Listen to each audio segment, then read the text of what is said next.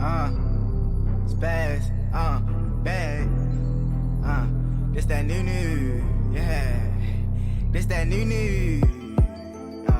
This that new swag, This that new swag, This that new spaz, I say, new water, new ice, new neck piece. Yes. We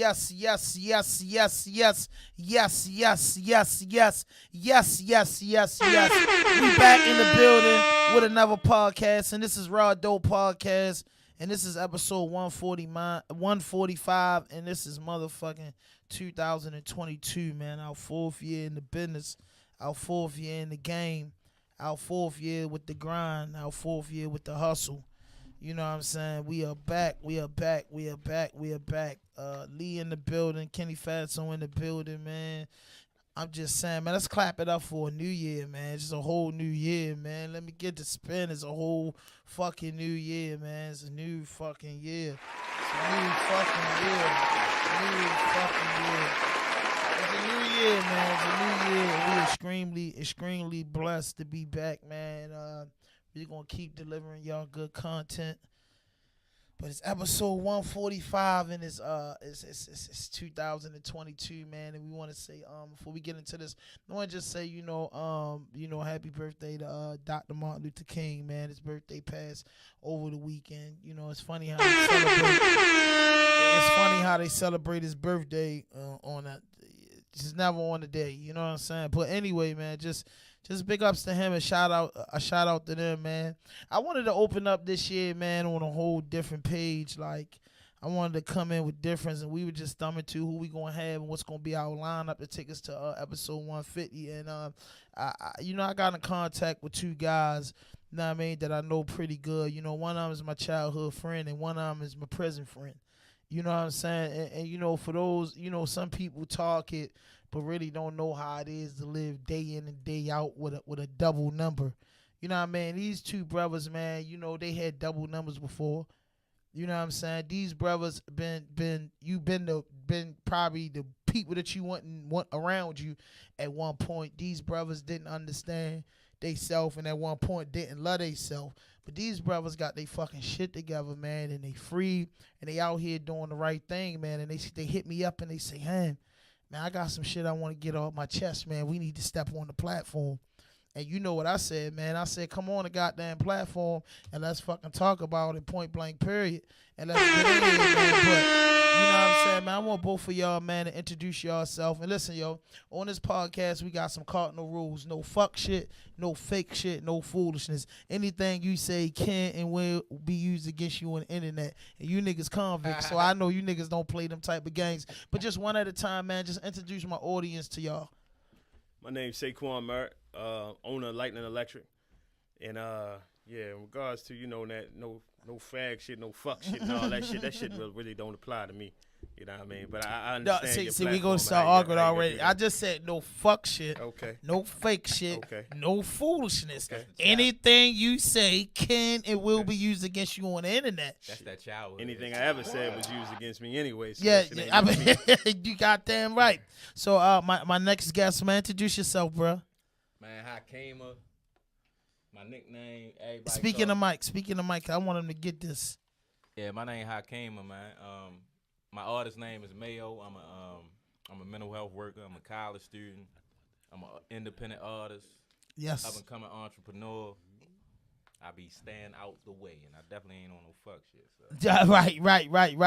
But I gotta indicate that because sometimes our platform not built of the platform that you can come do the shade room type shit, the TMZ type shit, you know what I'm saying, the Vlad, the academic type shit. And shout out to them and no disrespect to them, but we don't got that platform. So what we basically mean is that we always went in front of the wrong people and they told us anything we say can and will be used against you. And when you say the wrong shit, it can and will be used against you. So I tell people on the platform automatically, no fuck shit. We know what fuck shit is. No fake shit and no foolishness, because the minute you do it, It's out there. It's just gonna be used against you. So anything can happen, boy. You run a nigga name through or do that, and we just don't really support that type of shit. So what's going on, fellas? What's going on, man? Y'all still got some shit on your mind. What y'all got on y'all mind, man? Let me get some round of applause for my guys out here, man, being business owners, man, independent artists, and everything that's going on, man. Yes, Lord. Yes, Lord. So, man, what's up, bro? Let's chop it up. So I'm just saying, hey, for you though, how you start your own electric company, and what is Be More Electric? What is it? Well, Be More Electric, that's the Instagram tag. That's the Instagram page, but the company is actually called Lightning Electric. Lightning Electric. And that was developed, by me, in a cell on just a straight composition notebook in 2015 in Jessup. You know what I mean? You was on the tier with me. You know what it was. Shout out to niggas that was on the tier. I'm gonna tell you about our tiers. Stories from the tier. Yeah. So, I had a plan in mind, man. When I was coming home, that I was gonna definitely be a business owner, man. And I knew already what my craft was. One of the things was that when you was on the tier with me, I had 25 no parole. My release date was 2037. Yeah. So a lot of people, look like, man, this nigga, man, what is he doing, man? This nigga going with these dreams or whatnot. Running real estate class. Right. Yeah, man had real estate classes in jail. Yeah. Shout out to that, man. But, motherfucking real estate classes. I'm a half graduate. I'm a dropout.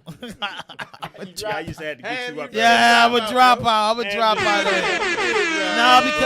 No, but go ahead and finish. I'll tell you why I dropped out, though. And then I remember you. I used to get that man's cell hit, man. Yeah, man, get my door hit, man. I'd be all curled up in the bed like, I don't want to do it. Right. You feel me? But go ahead and finish, man. Anyways, man, in regards to, being incarcerated, man, being formerly incarcerated, man, you just had to have that mind frame, man, that, you was gonna, do something, greater, man. When you got out, we wasted so much time, on the streets and whatnot, man. And sometimes you got to be really intentional about that. So, that's what I did, man. I ran a real estate class. I grabbed whatever information I had from the books I was getting in, and I said, man, I'm gonna try to spread this to brothers. You feel what I'm saying? Because I was like, man, if I could see it, you feel what I'm saying, then you could see it. You feel what I'm saying? I was a big thing on exposure. You feel me? If I was exposed to more people that own businesses and that was, maybe even into real estate development or whatever they was into on the block, that's probably when I would have gravitated to. But, we gravitate to what we exposed to. And what we're exposed to is, drugs, guns, and money.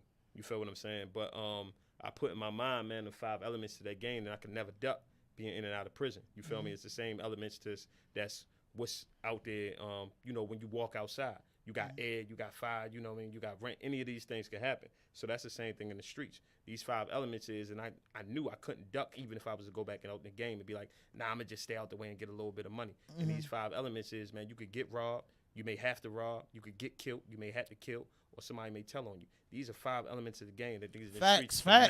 Where you at, man? What fucking horns at? You can't duck. You feel me? Like a lot of people don't even see that. You feel what I'm saying? Right. They get in the streets and they think like, nah, ain't nobody gonna play with me on this. It's like, man, it's somebody coming home that don't give 2 fucks about you. 2 fucks about you. Feel me? So I didn't want to, I didn't want to expose myself again to that. You feel what I'm saying? I wanted to give myself other chances. And that's when my mind just started running on everything I could do. You feel me? COs and everything like that. I remember one CO told me, she was like, she said, what's she say? You're a master of nothing. Art of many trades, but master of nothing. You feel what I'm saying? Yeah. I was like, yeah, she thought everything was a game. You feel me? All the ideas was a game. And, here we is now. And I speak that to any brother out there, man. Once you put your mind on it, you feel me? It's just like the BMF. They see it, touch it, obtain it. Yeah. You feel me? I seen it. All I had to get out here and do was to touch it. Right. Now I obtain it. You feel me? Now I got it in my hands. But yeah, man, you feel me? That's what tip I was on, man. And and it manifested. It happened. But a lot of people look at, you, not just you, brother, but a lot of people think, that when we out here, that it's this everything is gravy. You feel what I'm saying? That they got it. Family members and everything. You feel me? Family members, females that we dealt with, while we was in prison. A lot of them think that we got it. You feel me? And it's a lot more harder. You feel me? When you transitioning from being somebody that was invested in the streets and a criminal to coming out here and being a legitimate businessman. You feel what I'm saying? Or just being a citizen adjusting in society. You feel what I'm saying? And that's what me and Kima was kicking it on. You feel me? Like, I don't think a lot of us, really address that, man, because it's a lot of us going through certain things, and, they see everything, on the internet and whatnot. They see the speaking engagements. They see what we doing and think that we just got it. But, we trying to figure it out just like everybody else. Absolutely. So, Kima. On what? Just everything, man. Just build with me. You know what I'm saying? You tell the little people, who you are, you know what I'm saying? How much time you had? I remember I met you in 09. You had the dreads. Yeah. You had the dreads. It was you, Mike, AG. At the top, Yeah, but, I would just remember that crew, and I just remember I had, 14 years myself. But then I was like, that shit, you know what I'm saying? Niggas had time to make my shit look like I was going home tomorrow. You know what I'm saying? And then, one of the good brothers, Mike, rest in peace to Mike, he lost his life behind the door with that 30-piece. He'd just been ready to come uptown, you know what I'm saying, or close 2-3 years out, and he lost his life. So just for you, man, like, just describe to me, like, your epiphany. You know what I'm saying? When you hit reality and you grew up. I think I grew up probably 7 or 8 years into my bit. I was on lockup. I had fucking 620 something days on lockup total, but in one sitting, I had to sit for 420 days on solitary confinement. And I came over there ignorant still on some rah-rah shit. I sat down, I stopped reading urban novels. I had a bunch of old heads was just sending me Black Panther books, Black history, economics, politics. So I started buckling down on educating myself. Right. And once I got off lockup, I just kind of changed my mode, my energy. I was BGF for, I was BGF right. for 10 years. I'm not anymore. Not saying it to say it like that. I mean, I still love my brothers. Right. But at the same time, I had to, I don't know, I kind of seen myself doing other stuff. I got in college. I was a mentor. I mean, I felt like brothers around me was pressing up on dudes, robbing, hustling, and I was trying to get away from it. So I felt like I would be fake for me to be trying to move on the path that I'm on. But I'm affiliated with everybody, not everybody, but it's just it's the blind leading the blind. Yeah, so I stepped away from that. I got in college and eventually got parole, and I just ran with it, man. Stayed in college. I'm still in college. How much time you had? 13 and a half. I did 13 and a half on 25. Yeah, clap it up for that man. Yeah. Clap it up. It's right here sitting at the table. 64 years. 64 years between his 25 no parole, your 25 and my 14 years. 64 years sitting right here at the table. Yeah. 64 years that a judge punished somebody for their crime, whether it was right or wrong. I don't know. It only meant, but 64 years at the table, and then we here to talk about it. That's a big thing to me. You get what I'm saying? That's a big thing to me, a huge thing to me, and it's a huge accomplishment. And like you said, people might think because, oh man, bro got his own business, or Kimmy, he a mental health aid. It's like these niggas making bread because they looking and reading in the magazines. The same thing we did with a lot of times, thinking that we know until you hit the streets. When you hit the streets, you be like, bruh, I remember it was $800, $900 for a 2-bedroom apartment. Now, if you want to go live somewhere when you ain't gotta have a bippy, it's $1,500 or better. You get what I'm saying? If you want to live somewhere where you ain't got to come out and have a potential or hurting somebody and risking it all, again, you got to pay, pay to live. So it's like the cost of living went up.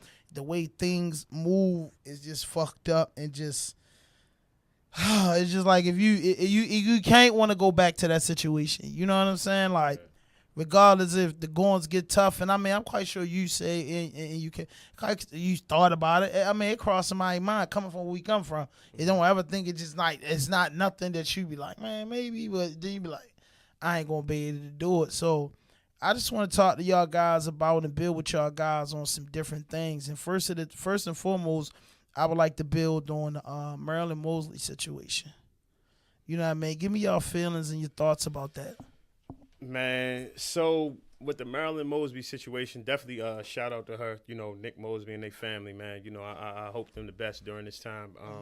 But I've watched her from again behind the prison wall. Right. You feel what I'm saying? And I seen the feats and the things that she was trying to achieve again as, you know, a black woman coming from Baltimore. Right. You feel what I'm saying? And even although a person would think like, man, how you gonna get with her? She a prosecutor. You feel what I'm saying? When you transition into another life, you feel what I'm saying? When you transition, you sit there and you look like, hold on. You know what I mean? Like, I don't want niggas just running around crazy. I got a son out there. You feel me? I got kids out here. Yeah. You feel me? I want people to be conscious, you know.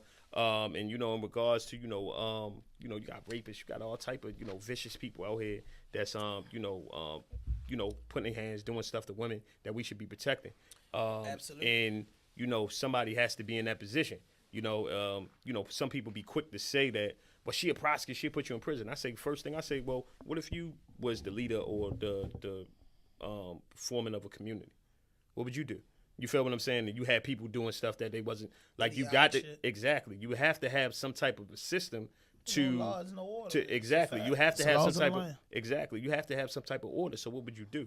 But you know, going back to that, man, I think, you know, she did her very best. You know, I had a discussion with someone that, you know, just blatantly said, like, how you not gonna prosecute people? It's like, hold on. She said she not gonna prosecute low-level drug crimes and prostitution, right? That's gonna hold up the system. We all know, right, that going through your public defender and things of that nature, they caseload like this. Yeah. You feel what I'm saying? So why is your caseload full 50% of this person got caught with a pill, this person got caught with a pill? We know he's dealing with a habit here, right? So we're going to step away from that so we can focus on the more serious crimes of trying to, and I don't want to say send these brothers to prison. I want to say trying to, because what we're supposed to be doing is rehabilitating, right? And helping these brothers, right? Because a lot of the things that we doing with, as you know, we both being on the streets, then them joints be cries for help, bro. Yeah. You feel what I'm saying? Brothers be out here because they don't know how to get it. They don't know another means of providing for themselves, or them and their family, but what they see. So this is what they doing. You feel what I'm saying? So, you know, okay, we deemed it appropriate. You know, the citizens are deemed it appropriate that when you commit certain crimes, you go to prison. So that's what it is. So, you know, when you do more heinous crimes, of course, you may got to go to prison for, you know, a longer time, but we need to focus on rehabilitation. And I think that's what she was on. You feel what I'm saying? And, you know, from the time that she, you know, prosecuted the police officers with the Freddie Gray situation and the different stands she took on trying to disrupt a racist criminal justice system that mostly incarcerate us. You feel what I'm saying? I think that's what she got the target put on her back. And, you know, the things that she going through in regards to, you know, what she doing with, you know, her personal funds, trying to invest, you know, trying to, you know, generate, generational wealth for her and her family. Why should she not be able to do that? You feel me? They do it. They've been doing it. You feel what I'm saying? When we was enslaved for generations. You got generational wealth still being passed down from when we were slaves, when we was on the crop field. You understand what I'm saying? So, you know, we and us all, me also, I want to try to create something for my son and his son and you know, their sons after. You feel what I'm saying? So it's like, you know, once we go into those realms, right? You know, everybody say that, you know, it's all good. Excuse me. Everybody say, you know, it's all good for, you know, us to be business owners. They want to promote minority business owners and things of that nature. But when it come down to the dollar, once we put that price out there, oh man, you know, you're a little bit too high. Why am I a little bit too high? Because my skin color a little dark. That's why my skin color darker, so I'm too high. So, you know, it's still this, you know, inadvert racism, you know, even when it comes down to, you know, finances and economics, we still not being held, you know, even regards to skin color, we still not being held there. We still a long ways to go. But, you know, let's play how they play. Oh, y'all got a fair chance and this, and that. You know, when it comes down to even certain bids I put in with, you know, other developers. Oh, man, you too expensive. No, I'm the same price or maybe $1,000 cheaper than that white guy that you rate high. You feel what I'm saying? But you still gonna grab him because they still don't value us. You feel what I'm saying? They still don't value us. They still like, again, it was one of the number one things I said when I was in the joint and I got sent over to the other prison. I tell you about that. It's like You know, when you in there, when you going to get your GED or you just walking around going to the chow hall and whatnot, oh, you good. You get a, you know, pat on your back. You know, just you know, stay calm.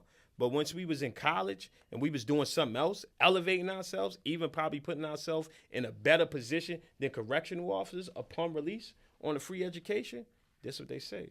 Who are you to change? Oh, they was hating. Who the fuck are you? Who are you to try to change your life and try to be better? I thought that's what you wanted. I thought that's what I I was here thought that's for. what I was here for. I thought that's what I was here for. You feel me? I thought that's what I was here for. Absolutely. I And, thought you that's know, what I was here for. And bro, you know, that's huge. You feel what I'm saying? Yeah. That's huge. And even like, again, when we come out here, you know, when we start transitioning into this legitimate world and, you know, we trying to build, you know, generational wealth for us and our family the correct way, you know, we still facing a lot of blockades, man. We still, you know, facing a lot of hurdles. And, you know, that shit needs to be known. You feel me? That needs to be known out there, man. And, you know, I even talking about it transitioning on to, you know, the construction world, you know, being an electrical contractor and aspiring to be in a commercial electrical contractor. I'm not trying to be no house mouse. I'm not trying to be just in there, you know, fixing your light switches and switches for, you know, $120 a pop. I want to do whole buildings because we could do it. Right. You feel what I'm saying? When you got those bigger other companies, you know what I mean, who in there doing the work? We in there doing the work. Right. So, you know, we got to grab the behind the scenes because, no, I'm trying to put a bid in on that $1 million contract. You give me the finances, I bet you I could wire that thing up from top to bottom with no problem. You feel what I'm saying? And I want to make, I'm trying to make $200,000 on it. You know what I mean? But, again, it's the block. Couldn't he really handle it? Yeah, we can handle it when we was working for you. Why we can't handle it this way? Absolutely. You know, so, you know, going back to, you know, the Marilyn Mosby and, you know, situation, man, I just think it's really a stopgate, you know, trying to, you know, hinder her progress and, you know, the success and the legacy that she's trying to build for her and her family. You feel me? Because she ain't backing down. And, you know, I, you know, encourage her as she is. I ain't really got to do that to continue to not back down. You feel me? Continue to, you know, fight for your innocence and continue to, you know, let people know that you're here to stay. You know what I mean? But how you feel about it? I look at it like, yo, Stephanie Rawlins, Blake, Sheila Dixon, now her, like Catherine Pugh. Yeah, Catherine Pugh. Like I feel like there's other people out there doing the same thing that they claimed they was doing that's not getting caught. I feel like this is just me. I'm gonna speak on how I feel. I don't give a fuck about that. I don't give a fuck. Like that's just me. Like, right? No, we don't either. Yeah, like So, real I mean, shit. Like it's about I feel the like culture and for the culture. I feel like you know it's what I'm black saying? women sometimes. I feel like they be getting on black women. Like when black women get in a position, It's like they under attack. yeah, like I don't know. I don't even know the specifics of. Just know the Pacifics. I don't really know the about Pacific what the it's news mortgage, put like out there she put because like false information she on the application. borrowed the money and hit the box on it and said, you know, I feel like this with it. And you hold that position of power and you sign the oath. It's like any gang. From gangs to the legal world, it's an oath. Yeah. Let's just get that. And it's an oath. If you break it, it's Now, man, you break it, it's consequences. The railroad, the train is going like this. No matter what, unless me and you start this today, you can get in the fraternity. You can be a gang member. You can get in the House of Delegates. You can be a congressman. You can be a long fucking shoreman. You can be in a union. It's a contract. It's a paper. You know what I'm saying? It's things that we go by. The train is going this way. Right. You not Hercules. Or you not the good Lord. You're not ready to turn this train where it ain't supposed to get. Some things can be fixed on the train. We might change the color, but the track going this way. Yeah, right. You get what I'm saying? That's just it. So with that being said, when you step off the train and the train get to move in a way that makes sense, and they not the creators of sense, they make you an enemy. And what I'm saying is, she signed the papers and she said some shit she wasn't supposed to say. But motherfuckers been doing that, and them bank people's been helping you do that to get their loan so they could get that percentage the end of time. But damn, to be charged with it, that's my thing, bro. I'm fucked up. And then say you fake, and all these women went to jail like they first time offenders at this point, and they didn't kill nobody, they ain't embezzling no money, and your consequences is jail. That's a strong fucking message, though, oppressor sender. This is my question, though. Who told her to do it? What culture in politics. The banks, the accountants, the lawyers, they tell you what make sense. Doing it. Like it's Exactly. people with a different color of our skin that's doing it, that's getting away with it, that's grooming other politicians to do it. Like it's not no secret. Like y'all scam. Y'all got back doors. Y'all have the ability to create laws. So and the world was built on back doors for you. Yeah. You're not creating a back door for us. God, it's not a back door for dudes in the streets. It's a back door for you. So when you get caught in something, yeah, I could use this out. But if you're not on a team or you start straying away from that track, now you're getting penalized. You getting penalized too big for yourself. Yeah, and it's a known fact that happens to everybody. Who are you to try to come up? That makes somebody say, you know what I mean? Like in the movie Life, when the dude was reading the mail, we read the mail, tell him everybody died, and he turned around, anybody want their mail reading? Oh, I'm good. Right. Because if that package come with it, I'm good. So now it's telling your kids, my kids, his kids, or the next poor righteous teachers, the next leaders, that if you do this, it's consequences. That's why Nelson Mandela, that's why a bunch of names we can go and set in jail for real life. You pay a huge penalty when you do service to humanity, and that's what God put every human on earth for. Service to humanity is the best work of life. So, the lady said she's like Say said, I'm not charging petty crimes. The police took it as we not gonna police no more. Right. You get what I'm saying? Because you saying don't lock. You saying don't. We came up in the era, you too, where I say, man, since Marilyn Mosby or whatever been in office and since the Freddie Gray, the police department rebelling against the higher power so bad that they ain't policing no more. I grew up under police brutality. I grew up where I thought it was a normal thing to get booked on the corner if it was they locked you up. I grew up where it was thousands of dollars out there, but every fucking day, 365 niggas between my four corners, niggas went to jail every day. Somebody went to jail every single day. Not a day went by that a motherfucker didn't get locked up. And like he said, is you down there for an open container. You down there for a goddamn blunt. She down there because she got a habit of sickness and she, selling something for $20. They get caught. They lock the man up for soliciting, lock them up. It's a whole big thing. You get what I'm saying? She's saying, like you said, get the case. They don't know. Sitting in the jail when they did that zero tolerance under Martin O'Malley administration and under all these wild people that was in office, they don't know the jail had people sleeping in goddamn gyms for 3 and 4 weeks. They didn't know the violence was up in jail so bad. They say, man, if you ain't have a little bit of heart, man, you ain't even getting your commissary bag because it's overpacked, it's hot, it's no heat, it's the worst conditions that you wouldn't even put your dog in that position. So these people were saying, let's pack the jails up, let's make it hard, let's take all the programs out, and let's let them kill each other. But they forget that everybody's not getting 25, 30 years.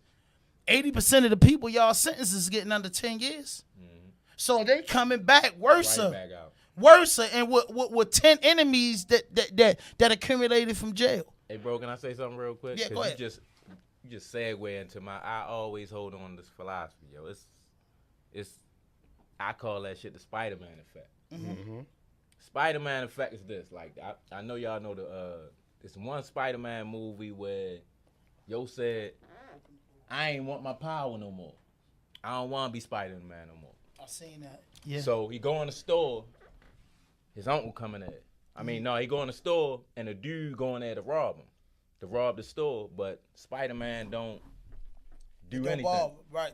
The dude come from the store, robbing the store, and go rob his uncle, and he killed his uncle. Yeah, I remember that. Spider-Man effect is this. You got 1 million motherfucking African Americans that's incarcerated. You choose not to rehabilitate them. Yeah. You choose not to put your money in programming. You choose not to put your money in really trying to get their mind frame to a different level. So these dudes are going to come back into the same community. And all they talking about is hustling again. Exactly. 30 years, 40 years. Same community. Talking about it's a rock. So you don't educate me. I'm locked up for 13 years. Right. I got locked up for attempt murder and a first degree assault with a handgun. Mm-hmm. So you don't educate me. I come home, I'm still going to want to shoot a nigga and pistol whip a motherfucker. Right. That's just love. So I'm going to get out here. I'm not going to have no opportunity. It's hard for me to get a job. It's hard for me to get to school. It's hard for me to get housing. Right. So, yeah. I gotta do what I gotta do. But you're contributing to that though, because you had the power to educate me. Let's clap that for me, Kenny. Hold that motherfucker. You had the power to educate me. Real shit. Real shit.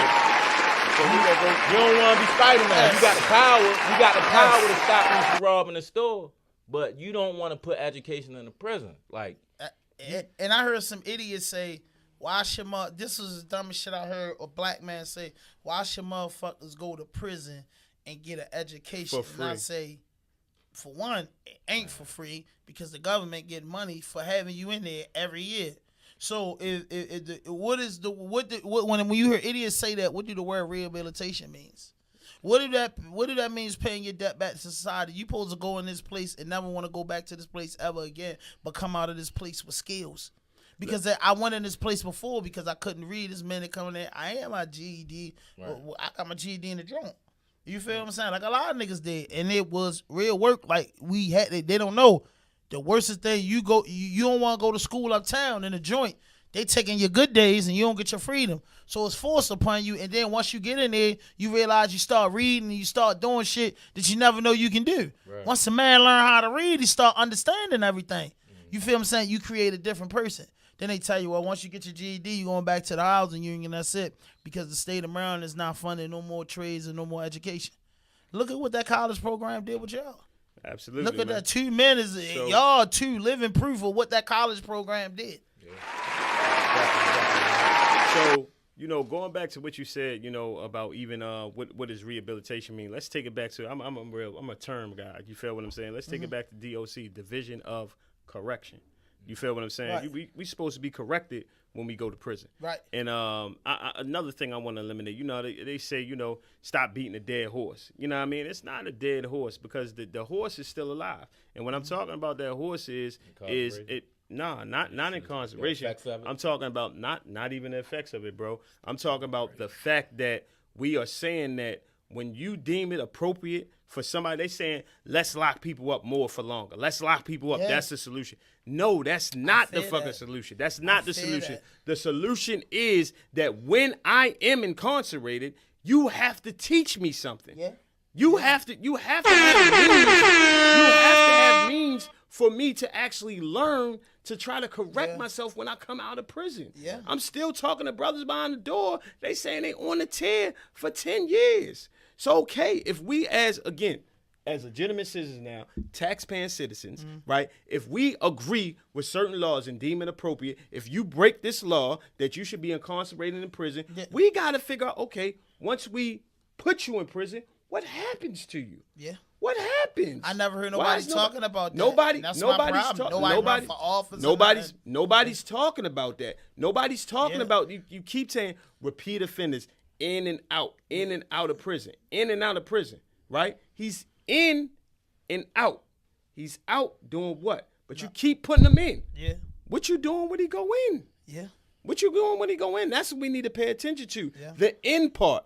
You feel what I'm saying? The end part. That's the reason why he coming out and he doing the same thing. He or she. Let's not be biased because we got a lot of women out there that's incarcerated also. A lot more. You feel what I'm saying? Than This is what I'm telling you. Men now. But we not paying attention to that. So when they say that, we need to, they coming in and out, we need to lock them up for longer. Why they coming straight home? No, you're not paying attention to what education or what programming or what do we have, right, for brothers once they go into prison. What are you doing with us? What you doing? Yeah. If you just holding us, like you said, 80%, that's correct. Yeah. 85% of people, they will be released. Yeah. They will be released. And don't quote me on that exact number because I ain't checking in a minute.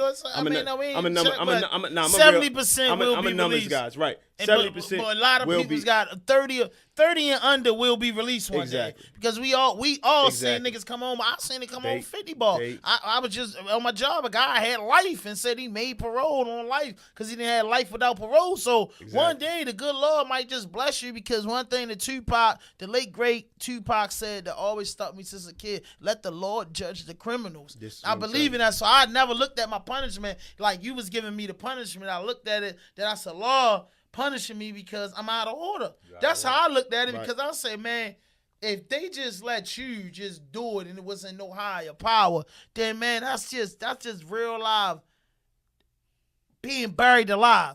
That's what these certain people, Democrats, Republicans, or whoever, because they all in conjunction, want to do is bury you alive. Bury you alive, man. Take this 15 years, do 85% of that, then come back and do what? Walk in your bank and this time blow somebody? Right. Blow your aunt, blow your uncle? Go there. Because I ain't got nothing to do and all my homies in the joint and I feel alone out here. Y'all, I didn't get no skills. I didn't get no education. I ain't learned shit, so what's next? Right. And then, never mind if I go down Guilford and hooked up with 6 or 7 more motherfuckers that ain't got nothing on their mind. And here you go, a 90-day of hell. And this is the problem, man. You feel what I'm saying? The Maryland incarceration, last I checked, is like 21,000, right? 21,000 people is incarcerated in the state of Maryland. And these are the people that, again, we said 70% of those people coming home. Mm-hmm. You feel what I'm saying? So we got what, about 14 or something, 15,000 coming home? Yeah. So these are people that are coming home, and they coming home to what? You didn't pay attention to what y'all had. What y'all didn't pay attention. Y'all didn't, let's do this. Y'all didn't create policy and laws to educate these people that y'all putting in prison. And we're talking on a mass predominant basis. You feel me? They don't want us to come out in prison with that, bro. We was on a compound. You done came out with that motherfucking bachelor's degree. What happens? He done came out with his bachelor's degree. I done came out with a degree in broadcasting. What can he do? I have a chance now. This is what I'm telling you. I'm not going back. This is what I'm telling you. And my son and my daughter, nobody's going back. Because I'm a provider and I can create generational wealth. This is what I'm telling you. At JCI with population maybe 2,000. Again, don't quote me on this because I know somebody will come back. You know they usually get 2,500. It was only about 30 of us in college. Yeah, 30 of us had the opportunity. 32 had the opportunity to go to college. It's like, what are we doing here?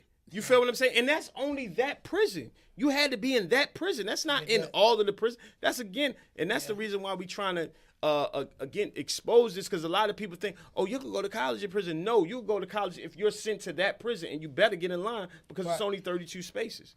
You feel what I'm saying? And just getting in that and it's a 2-year program, right? And it's until you graduate. Yeah. It's till you graduate. You could load up on classes. But again, and even we be say, okay, well they got the GED in most of the jails. You need your GED just to work at McDonald's. Yeah. So what you saying? That's my lane right there. You need your GED just to work at McDonald's. Yeah. You feel what I'm saying? So again, all right, we load everybody in there. You got your general education diploma, or a general equivalent diploma. And then what? You set yourself to put in McDonald's? Like, that's crazy. You got a family of 3, 4, 5. Yeah. You feel what I'm saying? And again, that's the bare minimum that you need. So that's not even putting you on a living wage out here in what? 2022. Yeah. You feel what I'm saying? So it's like, it's a lot of factors, man, that I think, man, and again, I'm speaking to, the delegates, I'm speaking to the congressmen, and everybody that's dealing with, because we dealing across the United States, everybody looking at an uptick in violence. And everybody's going back to saying the solution is more time doing fucking what? Yeah. Right. What the fuck was he doing with all that time? That's what they need to be focused on. Getting high, then you got to go through phases. Come on, man. You might become one of them. Come on, man. We just breeding stronger, super fucking criminals. That's it. That's what we doing. Because like I pivot off something you said real quick? Go ahead. Before you move forward. The dude, you said a dude told you what? Like why you let me out, or we talking about the house? Yeah, I want to go back to that. Oh yeah, a dude got what's his name? Luther Trent. Trent gets on national TV after the indictment was announced against the prosecutor, and he say, I don't know why I got out of jail, because he was charged with 2 attempted murders, first degree assault. Set his girlfriend's house on fire. And the way they came back, he had a criminal background. His guidelines didn't carry that. He said, I had 20 charges. Don't quote me on this, but they dropped down to 10, then they dropped down to 1, and I was released on probation. I should still be in jail. See, I say, what the fuck? I look at things different. Like you got people out here that will probably be like, yeah, he right. But the question is, what inside of prison made you feel like that he's not worthy of having freedom, not worthy of being a father, not worthy of being over metros in the dorm? I'm not supposed to be out here. But it's over metro in the dorms, and that 150 days don't give you nothing. It's the whole you ain't take that ride yet. So again, you ain't seen them double fences yet. That's a politics and page situation. That's what Somebody I say. Found him. Somebody found him. and paid him. You feel what I'm saying? Yeah, somebody found him paid him, man. and paid him to do that. But if you're looking at this, excuse me, if you're looking at this, hit that notification button, hit that subscribe button, drop a like, leave a comment. 2022. Shout out to Lee in the building, Digital Impact. Shout out to Kenny Fast Soul, the producers, man. Shout out for my good brothers right here in the building, man. And this motherfucking, man, I'm just happy to have y'all in here, and it's just a good way to start off the new year. But that's it. But I say this to say this, man. I be thinking about I always just imagine it, because since a lot of us we men. And as a boy, I just always think big and just imagine. And I just be imagine if I get, the finance. If I get, I'm already educating myself in the field of podcasts. So now I'm just creating an opportunity for myself before I could create that wealth. But what I say this, and I don't care if nobody get mad. Well, one thing that bothers me truly as a man and as a real guy that grew up in the streets, as a real guy that been behind a door, as a real guy that been through the struggle. And my story is just one of millions, and it's millions. My story is one of millions, and there's million stories is worse than mine, and there's millions of stories don't got nothing on mine. You get what I'm saying? So at the end of the day, I'm like, all of us are the same. We just balancing out. We in the middle. You know what I'm saying? I say, man, I hate to see people be successful and not give back to the community. That's one thing that bothers me. So I always have dreams about me having nonprofit organization and helping the people, because I say one thing for sure and two things for certain. You can't make $1 over rent money, because first and foremost, your family don't count, meaning that your family don't count, because as soon as you get a check, you're supposed to take care of your family. If you ain't taking care of your family, then you're doing something wrong. So therefore, nobody wants to hear you made $10 million this year. You talking about, man, I'm taking care of my family, take care of everybody. I'm not telling you to go get 50 niggas and take them shopping and take them to Morton's and Roof Chris and ball out of control with your money. I'm saying, bruh, it's been vacant houses that you saw all your life, and when you had your hoopty, when you had your dope money, when you had your coke money, and when you had your legit money, you rolled past that same vacant house. Why you ain't fix that up? Right. Why ain't nobody, if the city closed down the racks, why ain't nobody state to state investing the money in a rack? It's nothing in the law books that say I can't give $100,000 to redo the rack. It's nothing in the law book said I can't go to the city or go to my local congressman and say, man, I want to put money into the basketball court. I don't give a fuck if he comes out there personally with the flag and act like he's a part of that. He know he lying.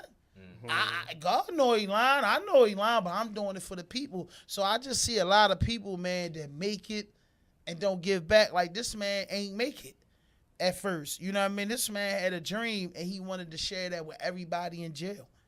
You get what I'm saying? This man just had an idea. Somebody could have got up under him and took all that shit and started their own lecture company. And that's what he did it for. You get what I'm saying? That's what he did it for. I hope to see you and you got a company and I'm doing the same thing. You can put me on, I can put you on. You get what I'm saying? It ain't a lot of people out here like that, bro. And that's the problem. And Marilyn Mosby, she stepped up to the plate. I'm not saying she was right or wrong. I'm not a judge. I'm not God. But what I'm saying is I knew that the lady had good intentions of not just sending everybody to jail. And then she showed me when she charged the police that anybody can get it. You know what I mean? Just that's what the law was built on. That's what the United States was supposed to be built on. Freedom, justice, opportunity, freedom of speech, equality. So I'm saying, okay, you break the law just because you got a job, don't mean you can't get a job. If I'm on my job, you on your job, you break the law, they coming there to get you. Why, if you a police officer, you can't be charged if you know you wrong doing something? You get what I'm saying? So I just be like, man, people ain't giving back to the community, and now culture trashes each other. For no reason. You don't even give a person, you don't even let the lady stand trial before everybody saying she guilty. And she guilty for trying to better herself and her family, by the way. Right.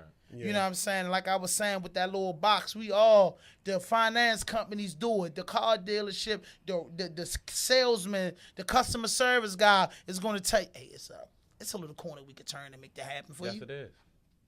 You know what I'm saying? Yeah, and they acting like that's a big deal to be federally charged, man. So for both of y'all being black, man, if you was in position of power and you was the mayor, what would be, just give me your top 3 strategies of what you could do to change Baltimore. Starting with you, Kima. Oh, deep question. I'm going to come left field. Ain't nobody going to like nothing my guys say, but trust me, I don't give a fuck. Clap them up so you can get the ball out the park. My first thing...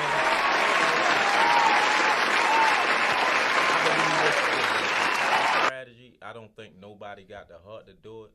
But like I've always known from me being incarcerated, like it's a lot of dudes incarcerated that run the streets or have influence or have say so. Right. They need to be brought to the table. The dudes that's in there that was like us, that ain't still thugging and they kind of got to a point where they like educating themselves. People out here need to bring them to the table, yo, and need to discuss like because what goes on in the prison goes on in the streets. Yeah, like don't think because I'm in the cell that I can't get you touched. Right. Don't think because I'm in a cell that I can't get your mother hit or I can't get your script hit. Like, or I can't send 40 dudes around there because I'm still connected. Right. I'm still somebody in prison. You think you sent me here and I'm not a man, but no, I grew with men. I'm grooming with men. And men go home every day. Right. So caseworkers go home every day. COs go home every day, B. If you really want to stop violence in the streets, like if that's really your goal, like you got to go into prison, yo. You got to go into the prison and network or get some type of coalition. You got to give something to give back. Yeah, you want this shit to stop, you got to give something to give back. Table, man, because they going to talk, I'm a shooter. If I'm a shooter, you can't come to me if you're not a shooter. Right. That's my philosophy. You can't come to me and no business shoot. I need somebody, if I see Yodo that I knew that I grew up with, somebody like Outlaw or anybody like come to me like, bro. Respectful men. Right. I'm going to be receptive to it. Yeah, exactly. Yeah, so you can't come to me if you ain't no shooter talking about stop shooting. Nah, you ain't never been no shooter. Right. I'm not gonna listen to you. I know you ain't out that mud. Somebody that know how to do what I was doing, I'm gonna be more receptive to them. If they educated, you got them at the table, you give them philosophies, you paying them, whatever. Like those, they can be instrumental in stopping violence in the streets. Mm-hmm. That's just my. Like, my second strategy would be to like. I think before you go back to that second strategy, right? Yeah. Somebody that would be the devil's advocate and say that's what they got safe streets for. I would say, and this is no fuck shit, no fake shit, and I stand on my word. I'm a man. Mm-hmm. Ain't ducking nothing. Mm-hmm. Don't duck nothing. I'm always out. Right. Safe Streets don't play that role to me. Like I mean, Safe Streets is a pivotal organization, and I respect. I know men in Safe Streets that I was locked up with and that I wasn't locked up with. I think Safe Streets could partner with them. Now, I'm not saying that Safe Streets ain't got no role. I feel like Safe Streets have been playing a role for a minute. Right. I'm not going to speak on that role.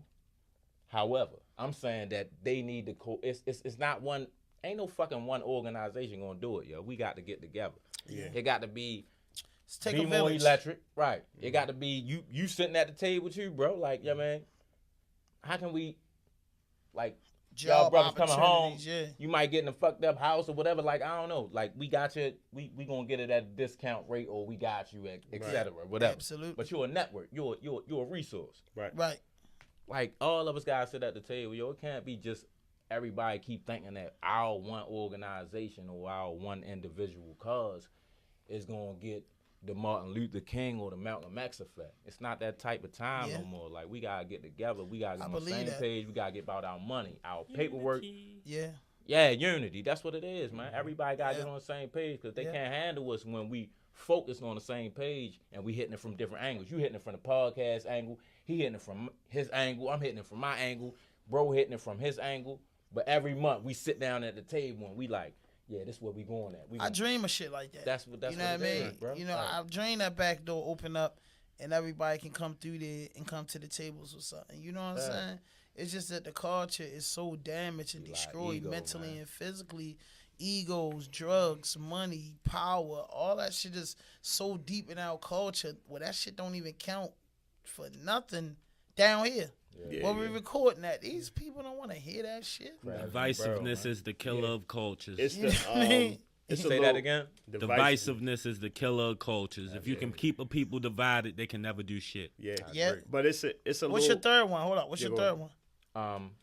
My third one would be. It would have to be on economics. Yo. I feel like. I think I'm not looking at it, so I'm a recognize how I'm looking at it right now because I'm not a politician. Mm-hmm. I'm not the mayor. I don't know how to. Yeah. So I'm kind of looking at it from like my point. Like when I came out, my goal is to kind of like decrease brothers that feel like they had to do what I had to do. You had to sell drugs or you had to play with that gun. So I'm trying to decrease that area. So if I was mayor, if I was focusing on that area, one of it would be economics. I'm feeling like a lot of brothers wouldn't stand on the corner and sell drugs if they felt like they can own the corner store that they standing in front of. Yeah.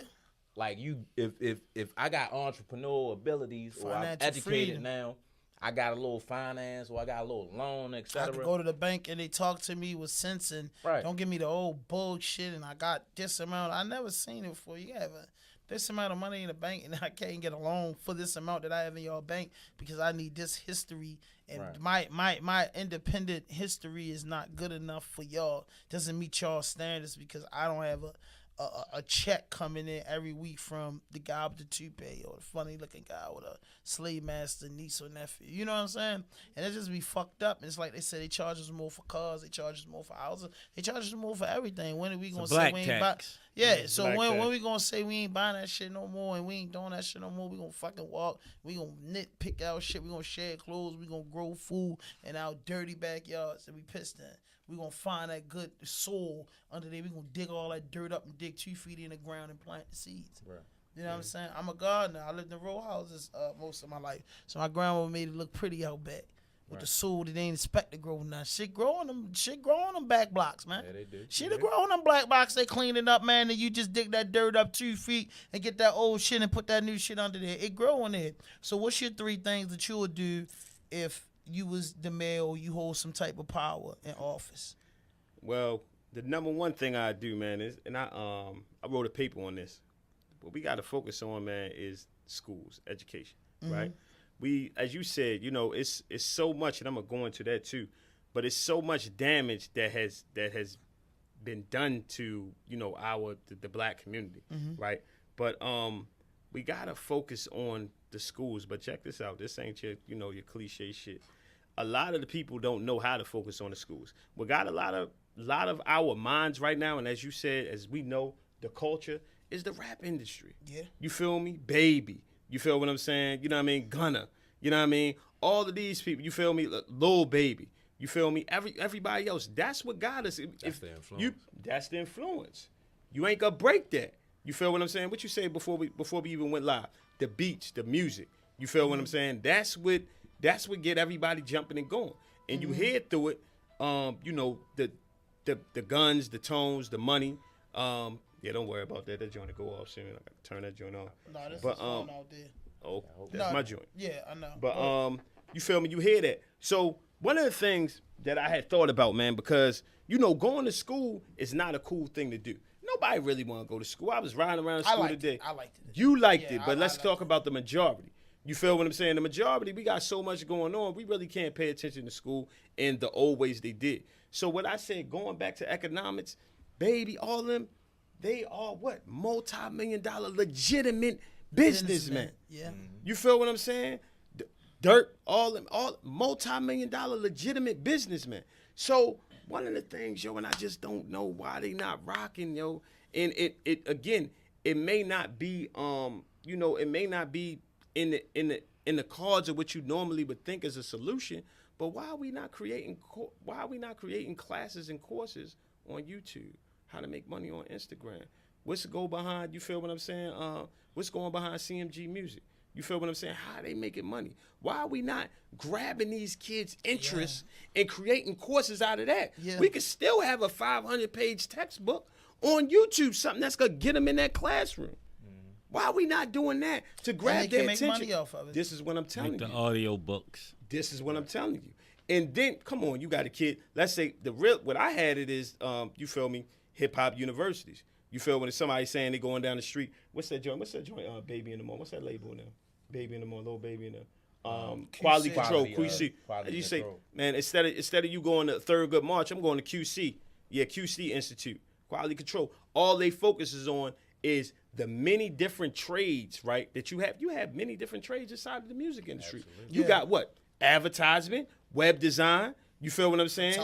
Photography, video, fashion designer, art. Oh, let's get this out here. Music. That's a sound good idea. Sound How about engineering. Yeah, sound Y'all engineer. need Why to we listen to not that. transitioning our motherfucking middle schools and elementary schools, and excuse my language because I That's a got a good passion idea. in it, to that? Yeah.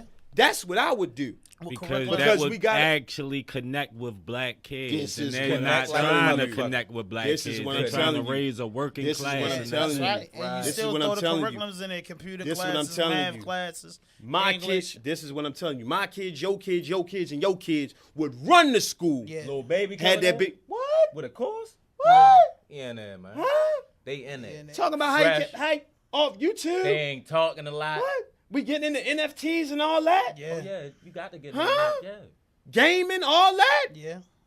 Yeah. 500-page book. We still doing what? Reading comprehension, But that's Yeah. empowering. learning, Yeah. adding, subtracting. Cause you Oh. gonna add all the courses before you can get to your major. Come on. So you got to go through shit before you can get to that Yeah, come- baby come on, class come or on. the class that he teach Come before you on. can get into Before, your trade. and then the other thing is, and because I said this, and you know I got a billion ideas, pushing up on them. Come on, man, y'all ain't gonna keep benefiting off of this culture. Y'all ain't giving back. Yeah. They may not even know it. They may not even know it. You feel me? Yeah. Lil Uzi Vert and all that. Listen, man, check this out. Y'all got so. I just need y'all to come Donate down. $20,000 I to need the y'all to school stop every year. revealing. I know y'all got. You feel me? I know y'all got the. I know y'all got the drill. You feel what I'm saying? I know y'all got the K. I know y'all got all that. You feel what I'm the Draco, everything. I know y'all got that. However, y'all niggas is multi-million-dollar legitimate business, man. Them bags of brand new money ain't coming off of nothing illegal. They coming Right. off your legitimate business Your deals voice. that you got. Your voice, your you know, your sponsorship, all these different things that y'all Business. getting paid off. Business. Why we not exposing that? So that'd be my one, That's two. education. That'd be my number 1, 2 solution. You feel me? My third one would be, again, I'm real heavy on exposure. You feel me? Those people that are all of influence, like you said, some of the ones in the joint, but you got some of them that are home. You feel what I'm saying? That's doing their thing, and they just kind of staying away. And we know why. You you got people that still, things they did in the past and stuff like that, because we don't want to have a young Dolph situation. You feel what I'm saying? But it's still, I think, of means and of ways that we need to highlight them and expose to others that it's a different way. Like, hold on, you looked up to him for selling the bricks. But hold on, he a real estate investor. He got this, and that going on. You feel what I'm saying? Like Stokey. You feel what I'm saying? He got. I think Shout a out to lot of- Stokey. yeah, definitely. But shout I out think to a Stokey. lot of and it's not only about the Instagram and the showing of the money, because that's what's gonna get us reeled in. But I think we also need to kind of do courses, how that boardroom meeting looking. I know some of that shit is confidential, but it got to be something that we can Yeah. show these kids the Gotta language and read the whatnot. contract. Exactly. Know your percentage. This is what I'm telling you. It's shit. You like you said, man. If you It's start hella- that program from the 6th hella grade shit, to the man. 12th Come grade, on, when man. they get to college, they'll know Come all the on. curriculums, and you can pick something because you're not just picking a job that the highest you're gonna make is $30 an hour, because we can do $30 an hour times 40 with a little bit of overtime on it, and it still puts you under $60,000. Yeah, in a nice position. You know what I'm saying? You It feel just what I'm puts you in saying? but when you teach somebody, man, you build your credit up. Like, they don't know about credit, Right. they don't know about NFT, and then the world is just becoming digital. So it's Yeah. like, why are you in here teaching shit that don't matter? Yeah. You see what I'm saying? Every culture it mattered one time, getting a job, getting in a union, getting good credit, and then taking out a 30-year mortgage. A lot of our grandparents, aunts, and uncles lived through a 30-year mortgage. That made sense with that. Get a trade, boy, and you can get with a company and make $17 an hour. It mattered because the cost of living was different in the 70s, 80s, and 90s. I ain't speaking about the 60s. But what makes sense, you got a house, you get a 30-year mortgage, say you got it in the 1970s, it's over within 2000. So you did that. A lot of people lived through that. It's over in 2000. Hey, it's my house. I can sell it. The neighborhood went up. Redo it again. Refinance it. Take some money out. Or they don't tell you, if you want to refinance the house, man, you need to refinance that and put it into the business and take a year or two before you redo the house. You can get away with them old floors. Wax them up. You get what I'm saying? We got away with them old cells for years. And the floors, you can see through them. Yeah. You know what I'm saying? Because you took pride in it. So it's just like, man, for me, man, it's just like the culture's in a state of emergency, and I grew up a Christian, and I heard the Muslim faith at about 15, 16 years old. But one thing is speaking all the books that the end of time it'd be different. The killings, the women looking like men, the men looking like women, the everybody going against each other. They even ran up in the White House. That was like 1870 something the last time they did that. Don't quote me on that, but it was so long ago when they did that, and nobody got murdered. It wasn't a massacre, but Marilyn Mosby and Steffi Ronda's break was in that joint. a couple. You know what I'm saying? Respectful murders where motherfuckers wouldn't stand down. Yeah. You got the call to stand down 5 or 6 times, but when Stephanie Rawlins Blake did that and said, "Don't shoot them kids while they rioting and stand down," she got thrown under the bus. Marilyn got thrown under the bus for charging, but motherfucker, the police stood down. We saw it on national TV. Them running through people, the African cop running up the steps. Go back. You know what I'm saying? He didn't even try to hurt him. Man, they had wheelchair people storming. Yeah, I got a funny quote that was on TikTok with him, man, with no arms. Like he going hard. He's so racist. Escorting the wheelchair people that stormed the Capitol. And if you was of the culture, you'd have got thrown out your wheelchair and embarrassed. Right. Yeah, we known if that was came in there with the wheelchair. Yeah, that was a different color. We came in there. We wouldn't even approach that joint. It would have been it would have been choppers out, helicopters with choppers and everything pointed on us.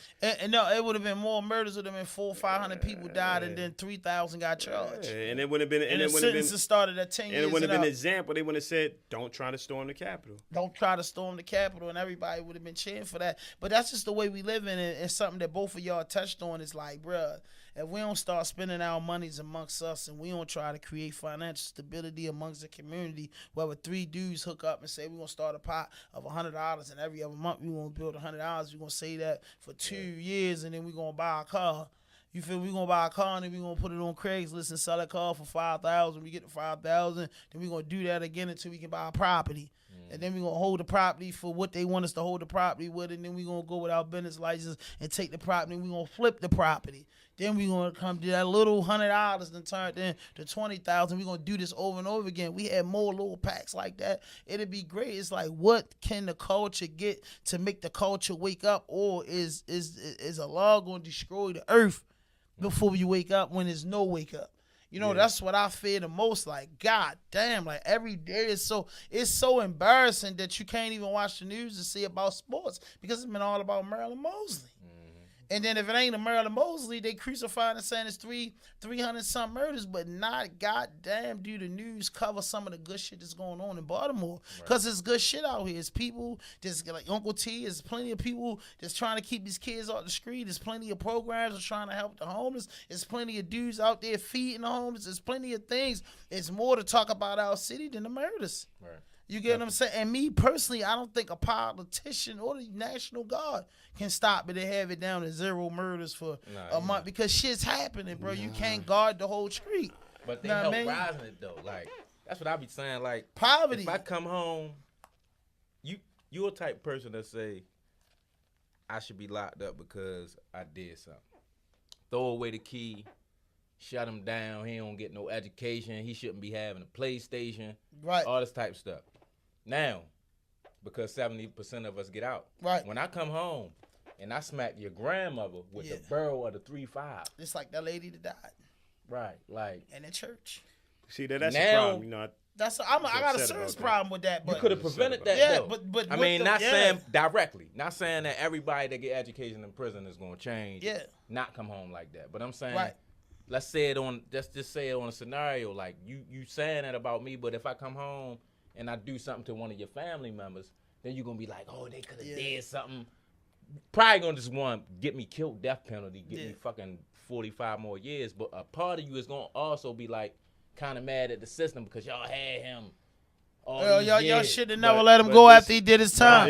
That's just weird though. He should have never been out of jail, man. But this is the thing. What Kima was touching on, he almost said it. A lot of them gonna sit there and say, well, what was you were saying? A lot of them gonna sit there and say, what was y'all doing in prison? Right. That's what we got to stop at. They not paying attention to that. Right. You feel what I'm saying? That's what they not paying attention to. Men are not they being not paying attention to what we doing in prison. That's the problem. They skipping that. It's like a whole They want to pay attention when you commit a crime. It's a gap. It's you commit a crime, put you in prison, then it's this gap. You get out, Now we on your ass again. So you paying attention you feel what to I'm the saying? iced out chain, but you ain't paying attention to my hustle. This is what I'm telling you. So, My hustle got me the iced out chain. Yes. My hustle, my grind, my mindset. So me knocking this person's head off now, like what got to that? Of course I had a childhood, but I was locked up for 13 years. I was locked up for 10 years. I was locked up for 5 years. And your system that you claim is a division of correction or the goal is to rehabilitate. How do you, it's a sin of omission. It's like they don't do nothing and they don't not do nothing. Right. They gonna blame you for doing anything when you get out. Yeah. That shit don't measure up, man. And like if a man been home 2-3 years and he committed another crime, they would say why he not still in prison. But if a man come home 2-3 years and be as successful as Say be successful as anybody that's successful, why they won't say nothing. No, but they won't mention that. They won't mention that some of these programs do help. We know if once we put the programs there. And if a motherfucker take him and still come out and do the same thing, he has to answer. He has to answer for his problems. He's got to answer to his mistakes or whatever you done. But the ratio of that, if 100 dudes go into the college program and would have came out the bachelor program, the ratio reality of it would probably been about 10 niggas, about 15 niggas that went back, and 7 of them went back because of a jealous girlfriend. We probably got just one dude out of the college program that went back. Yeah. And that's serious. Right. I mean, I'll say this. One dude that just went back, one dude that had a little slip up, but he's home back. Right. And he, probably with a girl. He's not in the college program. It probably was, but. Yeah, but overall, you, like they gave y'all AA. Imagine you came up with the whole shebang, the bachelor joint, because the niggas was locked up 13 years, 7 years, 5 years. 5 years is long enough that you get the AA and come home and carry on so you can go straight in your major. But if you locked up, like you said, 13 years, and I could have got my bachelor's degree. Bruh, when I get out, because I've been locked up 13 years, I'm clear that that's 7 years, no felonies. Absolutely. That's the one thing I got going. All y'all ever say was you can't go back 7 years. I've been locked up 13 years. I ain't got no record no more. Man, what you talking about, man? I did that shit over 15 years ago. And now I'm educated with this. You get what I'm saying? Now I got this. Only thing I never had was an internship because I was incarcerated. Yeah. But I could do the job, and I'm willing to do the job. They don't want to record that, man. They want to record them boys. They saying they came home and did some shit, and they want to make it seem like the criminal justice system. I ain't going to lie. My last bit, the way things was going in the joint, made me realize I ain't gonna be do this. It was I ain't gonna never say it was the place, but at one time you could really put your feet up.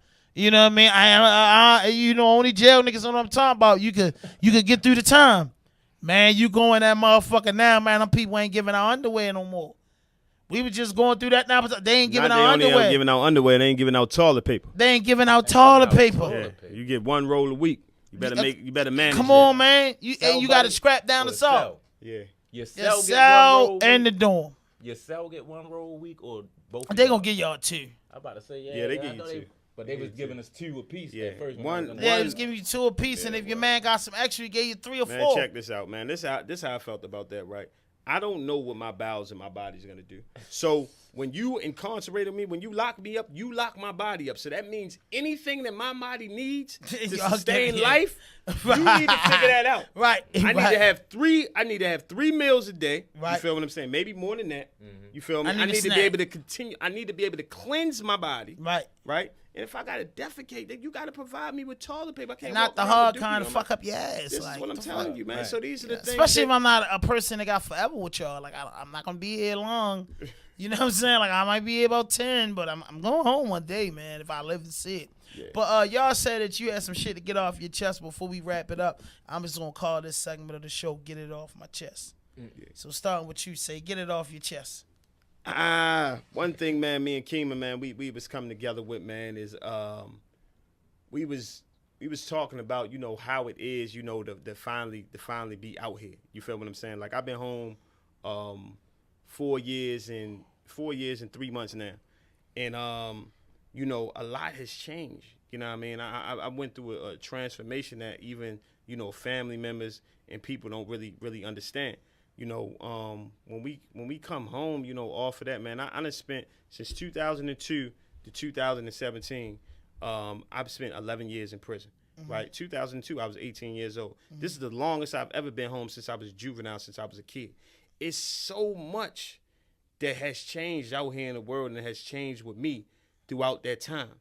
You feel what I'm saying? So, yo, a lot of people don't realize, man, when we come home, man, we transform into, and we only talking about the people that's coming home to do the right thing. Right. If you coming home to do the same old shit, this don't apply to you. Right. But the brothers that's coming home, you feel what I'm saying? You coming home to live a legitimate life, everything you doing is brand new.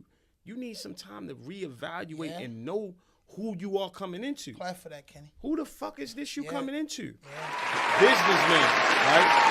Nine, right? Husband, you feel what I'm saying? Newborn child. All this shit is new. Last time I was homeless, I was a fucking kid. I wasn't paying rent. I wasn't doing all this shit. So a lot of this shit, people got to realize, man, that, you know, we just coming into learning who this is. You feel what I'm saying? Learning to who that person is. And also, you know, a lot of the female counterparts, man, you know, sometimes they see us come home and they just want to gravitate. Oh, yeah, it's like, you don't really know who that person is. That person don't really even know who he is. Mm-hmm. You got to give him some time, man, to come into himself, man, and who he is walking and striving to be. Because the person that he's walking and striving to be, once he find out who that person is and gravitate, you may not like that person, and he may not realize that he's supposed to be with you. You feel what I'm saying? That's just, you know, that's just real shit, man. I just say, man, for all the brothers, man, that's, you know, just coming uptown, just coming home, man, if you plan on transitioning your life, man, give yourself some room, man. Give yourself some time, man, to know who you are, man, to find out who you are, man, who that person is going to be, man. Give yourself some time, man. And also family members and whatnot, man. Get that brother, man. Get that man or get that woman some time, man, because we ain't never walked this life before. We never walked this path. You feel what I'm saying? So it's a lot of discovery, man. It's a lot of unpackaging that has to happen, man. That's well spoken, because that's the same thing I be saying, like just making the transition of just being out there for so long and being used to something for so long and just being like, hold up, like, bro, like when the going gets tough and the tough get going, man, I know what that block do. Yeah. I know how to cook. I know how to scramble. I know how to do everything that I'm supposed to do to get right. You know what I'm saying? So I'm saying, man, hold up. Maybe, you know, sometimes, like you said, nigga wrestle with that. Maybe it is supposed to be 3 hots in a cot.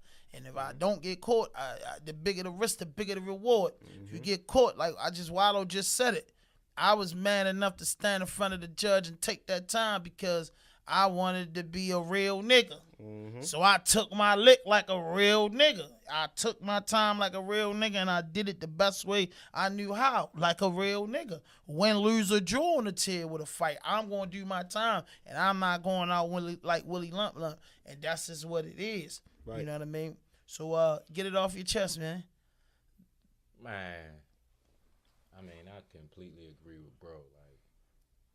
Yo, this is my first time paying rent. I'm gonna go straight on the Facebook. Mm-hmm. Like, my first time paying rent, car note, fucking health insurance, full-time job, taking anything seriously as an adult. Right. Being in love as an adult. Right. Trying to, like, groom with a woman as an adult. Right. Everybody around me see me being in college or having a full-time job or trying to do music and think I'm advanced. Like, no, I'm still struggling, yo. Right. I only been out here a certain right. amount of years, and everything is new for me. Right. Like, right now, personally, I'm going through a breakup. Digging in my soul, bro. Right. I'm talking about first time dealing with love. Right. Yeah. 39 years old. This is my first time dealing with love. I was a kid. So people expect me to go through my breakup the way that they went through. Like, I can't do that, bro. This is new for me. Right. Everything is new for me. So, like, to pivot off what bro said, like, when you see us, like, we trying, but at the same time, we need support. We need a support system. We need people around us that's going to be patient and understanding that, you know what, right now, Say and Kima like this, but they still finding themselves. 6 months from now, they might not like that type of woman. I might grow, and I'm growing. I don't know how I'm growing out here. So I might do like it at a sense, but then I might grow into a person. I'm like, you know what? I don't like how you talk to me, love. I don't want to be with you no more. Right. And I mean, it's fucked up, but I gotta chase me. I gotta continue to grow as me. I can't stagnate myself. So like it just be touch and go. Like, bro, I think they hold expectations on us a little higher sometimes because you doing good, bro. Like you got a podcast, you automatically from hearing you talk, you can tell you got your mind right. Mm-hmm. You know what I mean? You not, it could be worse. Yeah, hell yeah. So people might hold and you I to struggle every day, bro. Like I can tell you, I go crazy. Right, they might cold sweats, wake up and I'm going back. They don't know where to work at. Where's it at? Right. Fuck this shit. I be going through that shit like, bro, like, man, I get to start thinking crazy, man. I ain't worrying about it, done, because nigga ain't really going to do it. In jail, I know every fucking body. Right. You feel me? Nigga know everybody. So I'm like, man, but then I just snap back into it like, man, that ain't what I want. I don't want to be on the TED teaching. Right. Mm-hmm. You know what I mean? I want to, if I could get inside the building and speak my piece, I do. I don't want to be a resident of that place no more. And it ain't nothing that I'm scared of, but I'm scared of because freedom feels so good. Absolutely. Whether you got money or you don't, I swear to God, you can be broke today and later on that night, something got come through for you. Your hands start itching and something come through you in the joint. You're relying on somebody, whether you got $1 million uptown, somebody got to send it to you. Whether you got a direct line on the bank or whatever, you got to wait for everything. Now, you can go get a bite to eat, you can go get a burger. I can call, say, boy, let me hold $50. You know what I'm saying? Vice versa. I can call Kima now, bro, what you doing, man? I'm going through something. Let me hear that. And that's just it. So just some of us that got common sense, bro, just got to stick together. Whether you don't see a nigga for 3 months or 2 months, just know if your number never changed. My number never changed. I know I could call him. Right. I know he'll pull up because he genuinely cares. Your number changed frequently. No, I had the same number for a while. I had the same no, yo, I'm telling you. No, I had the same number for a while. 5 different numbers for you. Yes, I did. Yes, I did. So we've been home 4 years, bro. Like, that's a lot of numbers. Changed. Like, it's just a couple. I've been stable in the relationship for like 3 years. Your voicemail is Spanish, man. That's because I ain't never said. Hey, yo, I ain't gonna lie about that. I called you downstairs. They was like, no eat blah, blah, blah, blah. Oh, man. I must have hit something on that shit, man. But then, man, listen, man, one thing for sure and 2 things for certain, man. I like to give a dude his Hennessy, his blunts, his flowers, or just even get his car washed for him, man. I'm proud that y'all home, man, and whatever, y'all come up with, man, in the service to humanity, I'm with it, man. And like I said, it's always a platform that y'all can use, man. Pull up on this, man. Even if you ain't doing shit, man, we in here recording this shit, come hang out, and like, you got a business. So shoot some commercials for your shit, man. We throw it on there, man. Advertising, like, I something about Tulsa, Oklahoma, man, that I dreamed that one day we get that back.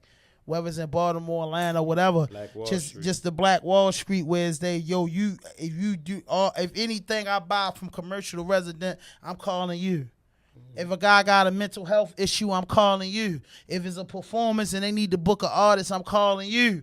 You get what I'm saying? Let the money get between us. Let us send each other kids to school. Let us, you know what I'm saying, pay some bills for one another. And I think that's just how we survive. But is anything y'all want to share with the people before we get out of here? And tell them how they can get your business, man. Well, you can contact me, man. We online. Lightning Electric. Number is 443-240-8884. We do everything in regards to commercial electric. If you got a residential house flip, please, come correct. We ain't the cheapest guy in the hood. Ain't supposed to be. Yeah, we not. We coming correct. And look out for that too, man. Codes and inspections, man. We gonna be exploiting that, man. We gonna make sure that, man, we get our people through the code and inspection process in regards to electrical wiring. We gonna be doing consulting coming out soon. You feel what I'm saying? So even if we ain't in your price range, you can hire us as consultants. We can make sure that you get through any inspection. You feel what I'm saying? We gonna stand 10 toes down with your inspector and let them know that we know what we doing. I think you should do a podcast. I think so. Listen, Kima, you different. Now you said it 3 times on here. What you talking about? You say you rap. So what we like to do is we like for every hip hop artist. This for JCI, this for MCIJ, this for the Correctional Institution of Hagerstown, the new jail, this for Cumberland, this for ECI.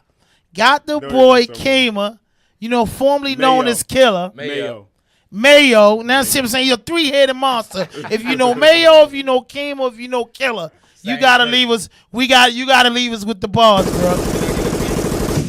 I mean, hook your iPhone up and put your beat on. Oh yeah. I got that.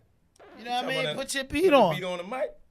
You plug that joint up right there, and that beat gonna come through your headphones. Yeah, they got something for you. Oh, so You know what I mean? Oh, you must thought I was gonna say no. No, I should hope you ain't say no. Man, say rap. man, say rap. We cover all topics, but you know the hip hop is the front line. So you got to hit us with that, man. And then after you finish, tell them where they can find you at, man. You know what I mean? Somebody might hear this, man, and it might all change. I got something for you.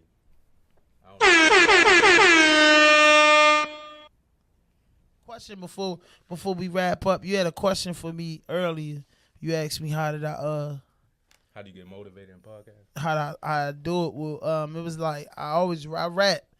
You feel me? And I'm rapping since I was like 8 years old, and I dropped a project called Back Block Nightmare. Just when I was just starting to get a little buzz, a couple thousand people started listening, because I kind of know how to work the internet a little bit. You know what I'm saying? No more than a mustard seed.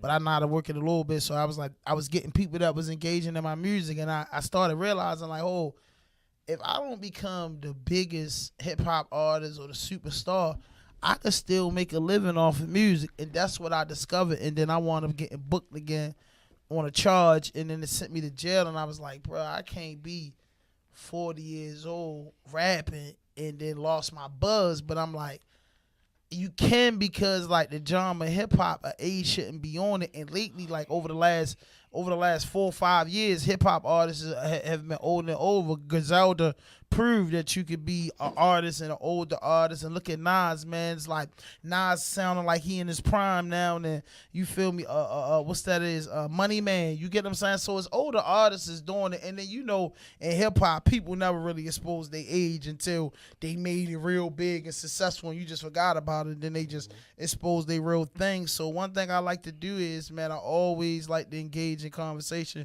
because I was basically raised up in a house with older guys. So the barbershop and the bullpens, I always, you know, they was some good. I had a lot of good conversations in the bullpen.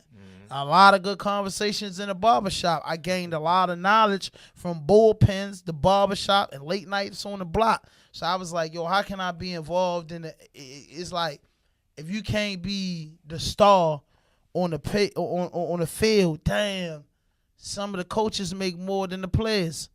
Now, I mean, everybody eat. You get what I'm saying? Hey, you ain't the superstar. You not the quarterback. Might be the ball boy bringing in 60,000. I just wanted to be a part of the community, and because I love it. It's nothing in the world outside of God that I love more than hip hop.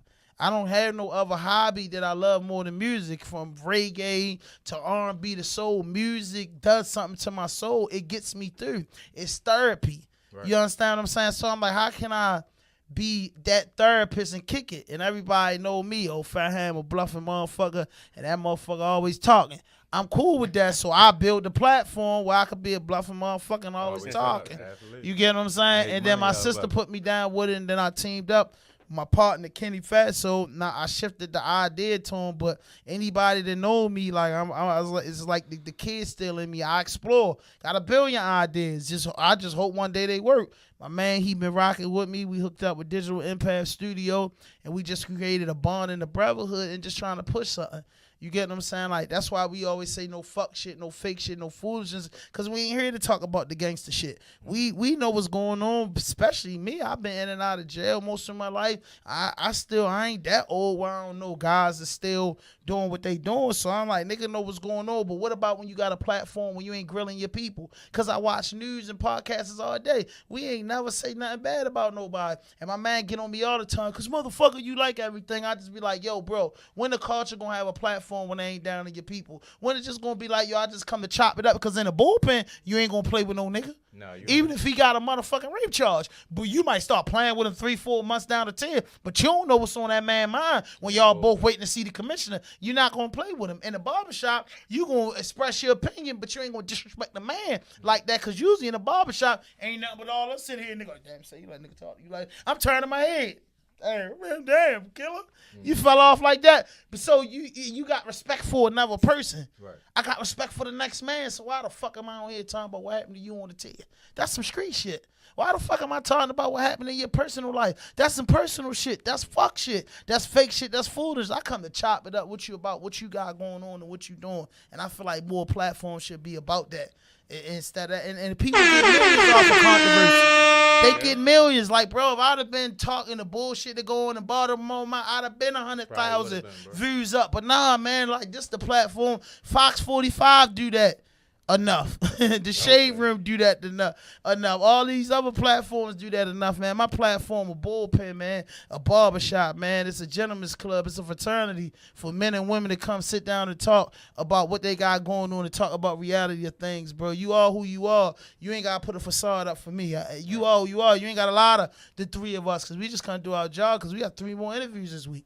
You know what I'm saying? So, but I ain't gonna hold up this motherfucking process. Drop that beat so this man can show me do he got that shit I can go out in the block with 6 o'clock in the morning. Now, killer. You trying to get me dragged on Yeah, you got to drag because we can't come out in the morning. It's cold outside, man. We trying to finish by 8. I got a nice 16. Let's go. You got it, Lee? Again, man, hit that notification button, hit that subscribe button, drop a like, leave a comment, donate to the channel. Also, you can get RAWDOPE Podcast merch at 1307 East Pratt Street. 1307 East Pratt Street at Starlight Kick. Go check out our merchandise, man. Go get a t-shirt or hat or something. Go support the cause. Now, man, I got my man on the motherfucking mic, Mayo, Kima, Killer, Mike the Show. Let's go, man. The first freestyle of 2022. Ex-Convicts taking over. You got to go on this, yo. You know this hard as shit, though. And it's my first time being in freestyle. Let's go. Since we've been home. Just for the trenches, baby. Yeah. Mayo. Happy New Year's, motherfuckers. We back. #1 podcast. Listen.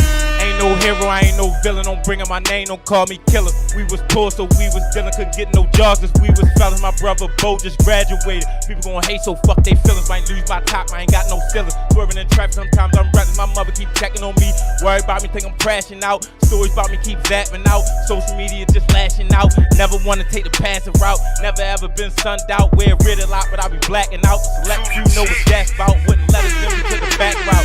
Black cherry, like backing out. I ain't scored in the fools, nigga. Guess speaking at Georgetown, no cat boy, that's facts, boy. I'm a gremlin, don't get jack, boy. We was in the hood with them packs of boys. Beat the box, fat boys, don't let it fool ya. Ankles swelling like Coogee, step on this bitch like Coogee. My life a movie, stepping this. Catch it back, catch it back.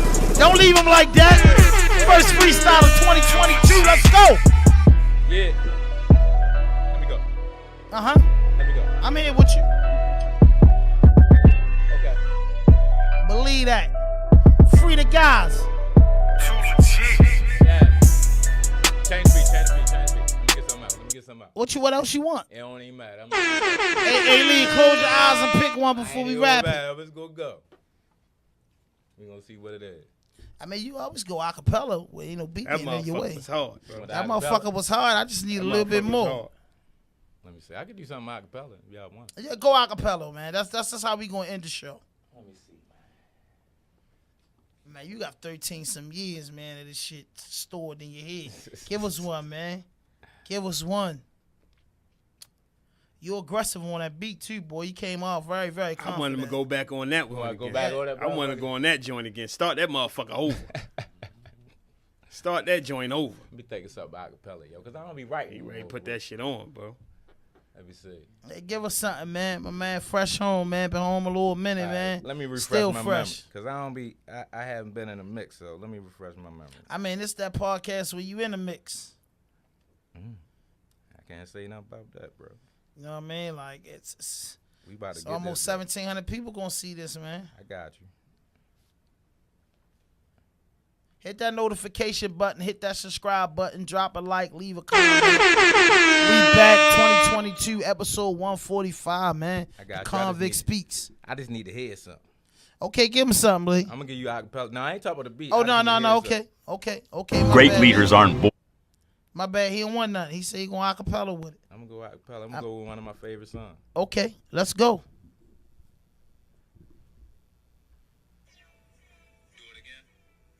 Okay. See, I gotta remember, like, you know, I be smoking weed Yeah. a lot, so my short term. My type of guy. Effect. Acapella? Go. Okay.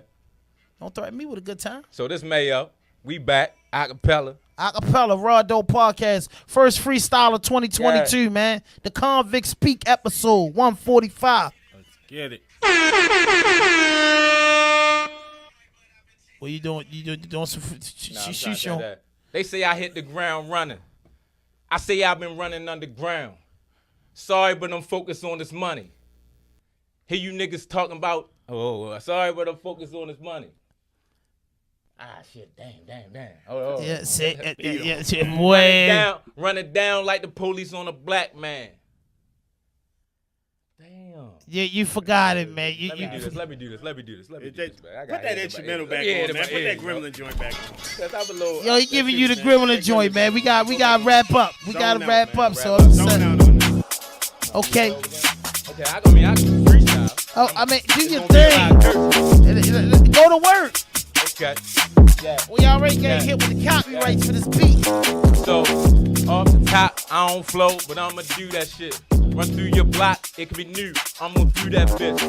With that gun, cock it back, blow your brains out. A little violent, but you know I'm gonna hang out. My nuts gonna hang, I'm gonna drag, bitch. Your bitch gonna like. Let's go. Niggas gonna get that money. Niggas gonna wanna fight. Niggas gonna do their thing.